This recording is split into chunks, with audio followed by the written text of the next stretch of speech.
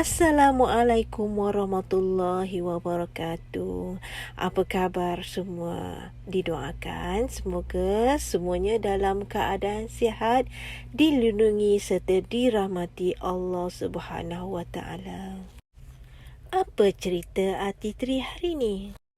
Hari ni akak nak share sedikit tips bagaimana nak menjadi pillion ataupun pembonceng untuk Artitri buat pertama kali. Video ni akak nak tujukan khas untuk isteri-isteri dekat luar sana yang sebelum ni yang teringin sangat nak jadi pillion. Sebelum ni mungkin rasa nak ikut sangat suami pergi ride. Tapi mungkin ada rasa gayat, takut, tak selesa atau macam-macam hal lah. Yang akhirnya suami pergi ride sorang-sorang. Dan juga video ni untuk sang suami yang dah lihat video ni, kalau nak bawa ride isteri tapi isteri tak nak, okey, mungkin boleh share video ni dengan isteri supaya isteri tengok dan kita bolehlah jadikan ini sebagai panduan. Bukan sahaja untuk panduan pillion pada Artitri, juga panduan kepada pillion-pillion untuk jentera-jentera yang lain. Rules yang pertama adalah pakaian yang sesuai. Tujuan pakaian sesuai ini adalah untuk keselamatan dan juga keselesaan. Pakaian asas ni adalah biasanya seperti jaket, glove, kasut. Kasut ni janganlah pula pakai heels kan. Sekiranya rider mampu menyediakan pakaian yang lengkap untuk rider, rider juga perlu menyediakan pakaian yang lengkap untuk pillion. Kerana apa? Kerana sekiranya berlaku kecelakaan, kemungkinan untuk pillion kena lebih teruk adalah tinggi. Sebab banyak cerita yang kita dengar yang teruk bila berlakunya kecelakaan biasanya adalah pillion. Yang kedua adalah kepercayaan. Okey, kalau kita sebagai pillion, kita mesti percaya sepenuhnya kepada rider kita. Janganlah pula lebih sudu dari kuah. Kalau tak, nanti akan banyak sebab ataupun berlakunya kesilapan-kesilapan rider buat sebabnya terganggu dengan pillion. Okey, bab ni akak nak share lah sedikit pengalaman akak sebelum ni. Dah lama dululah masa tu akak bawa pillion. Kisahnya masa tu jalan agak sempit dan akak lalulah jalan yang berada longkang. Tapi longkang tu jauhnya jarak lebih kurang dalam 3 ataupun 4 kaki. Jadi pillion ni dah mengelabah. Terus dia macam ni. Jangan. Stop. Jadi, efek daripada sikap pillion yang macam ni membuatkan rider mengelabah. Kalau boleh, kita berikanlah sepenuhnya kepercayaan kepada rider kita. Rules yang ketiga adalah ketika menaiki motor, kita sebagai pillion janganlah melakukan sebarang pergerakan.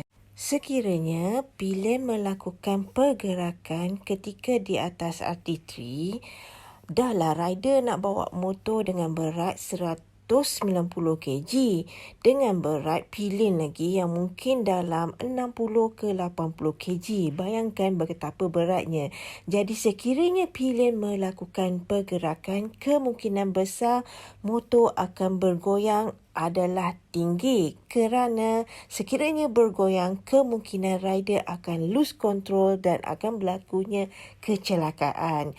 Akak bagikan satu contoh. Okey, katakanlah kita semasa ride, kita nampak dah rider macam nak melakukan cornering. Tetapi masa tu belum sampai lagi cornering, kita sebagai pillion dah layan corner awal-awal. Padahal rider belum buat apa-apa lagi action untuk cornering. Ataupun kita bertindak sebaliknya. Contohnya mungkinlah kita ni seorang yang gayat. Bila kita nampak rider nak corner, contohnya corner tu ke arah kiri, tetapi kita dah alihkan badan kita ke kanan. Macam kita melawan arah. Yang tu juga bahaya tau. Lagi satu keadaan yang sering berlaku adalah ketika rider brake, dah tentu kedudukan pillion akan bergerak sedikit.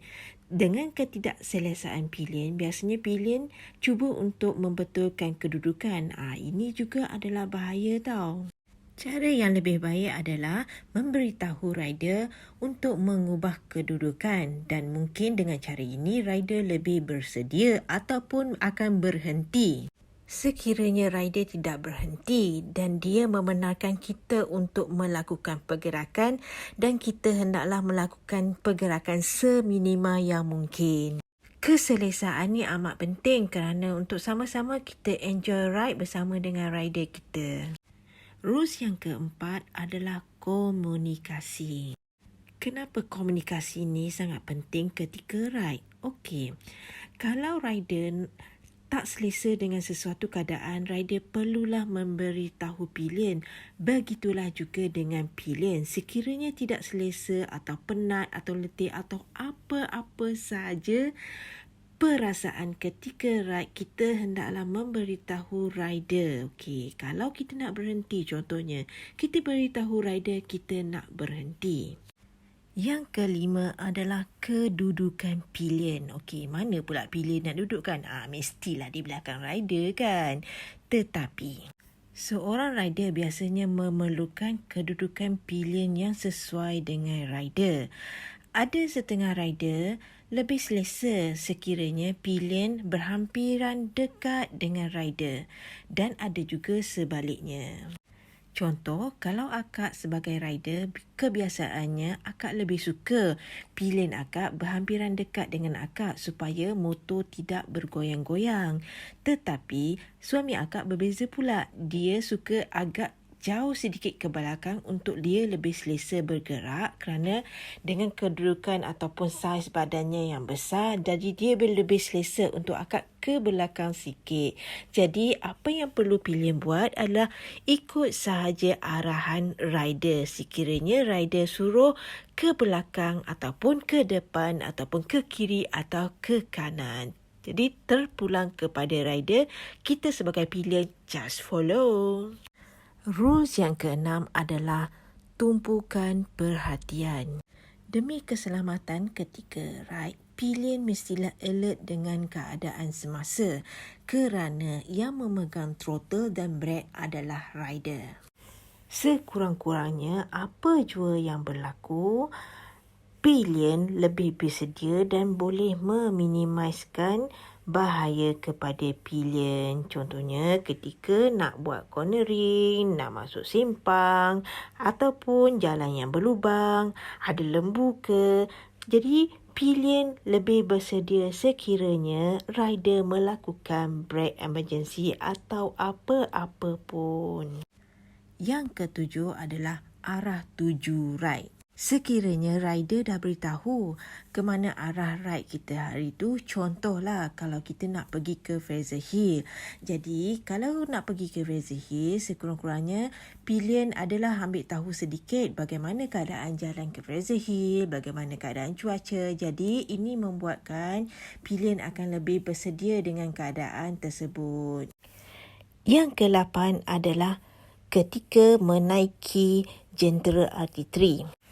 Sebelum menaiki jentera RT3, kita mesti memastikan yang rider betul-betul bersedia untuk menampung berat kita sebagai pilihan. Kerana bukan sahaja berat kita sebagai pilihan yang ditanggung oleh rider, tetapi rider juga perlu menahan berat jentera RT3 itu sendiri. Dan sekiranya rider lose control, ini membuatkan motor ataupun jentera kita akan tumbang. Tip yang ke-9 ni adalah tip yang khas untuk pilihan RT3. Okey, untuk pengaturan pilihan RT3, footrest RT3 adalah tidak selesa. Okey, sekiranya anda ingin mengikut suami ride ke mana-mana, bolehlah pastikan suami sediakan atau membuat footrest tambahan. Jadi ini akan membuatkan kaki anda lebih selesa. Tetapi akan nak beritahu, ini hanyalah sekejap saja. Bila dah terlalu ride, rasa lenguh tu akan hilang sikit-sikit. Jadi selalulah ride dengan suami ya. Untuk pengetahuan, jentera RT3 akak tidak buat apa-apa penambahan footrest untuk setakat ini. Terutama selepas akak menggunakan saddle bag. Saddle bag tu membantu sedikit akak merilekskan kaki, terutama di bahagian labu betis. Jadi tak ada lagi renggangan yang begitu teruk sekali seperti mula-mula naik RT3 dulu. Akak rasa setakat ini sahaja tips-tips yang akak dapat sharekan kepada bakal-bakal pilihan RT3 ataupun bakal-bakal pembonceng RT3. Dan untuk isteri-isteri kat luar sana, lepas ni jangan takut-takut dah. Bolehlah kita ride join suami tu. Akak rasa sekiranya isteri-isteri ikut suami ride, suami pun rasa bahagia. Betul tak? Jangan tak bagi pula isteri nak ride lepas ni. Bagi akak sendiri, ada banyak perbezaan antara ride dan juga naik kereta. Kalau ride, akak rasa akak lebih dekat dengan sesuatu keadaan ataupun tempat. Tapi kalau kereta, macam kita duduk jauh dan ada sedikit pembahagi kepada pemandangan-pemandangan. Kalau ride ni, kita nampak macam luas je macam tu. Apa salahnya sekali-sekala kita ikut, sebab biasanya kita dah buat kerja rumah, kita dah kerja, dah penat sana sini, tension. Okey, sekali-sekala kita join lah suami kita ride. Lepas tu rasa dah seronok. Lepas ni dah tentu tak berhenti-henti, asyik nak ikut je. Silap tak silap, nanti akak-akak semua atau adik-adik semua lepas ni yang planning ride. Yang suami duk tunggu je lepas ni nak ride mana. Yang suami pula, janganlah lepas ni dah tak larat pula nak ride. Sekiranya masih ada lagi tips yang akak tertinggal ataupun tips yang akak bagi ni tidak berapa tepat, bolehlah tulis di ruangan komen kat bawah, okey? Akak rasa setakat ini saja dahulu celoteh akak untuk kali ini. Okeylah, siapa yang tengok ataupun terjumpa akak dengan suami dekat jalan raya Pim-Pim Pom-Pom lah ya. Dan kalau terjumpa akak dekat channel ni, jangan lupa like, subscribe dan komen, okey? Jumpa lagi di next video. Assalamualaikum.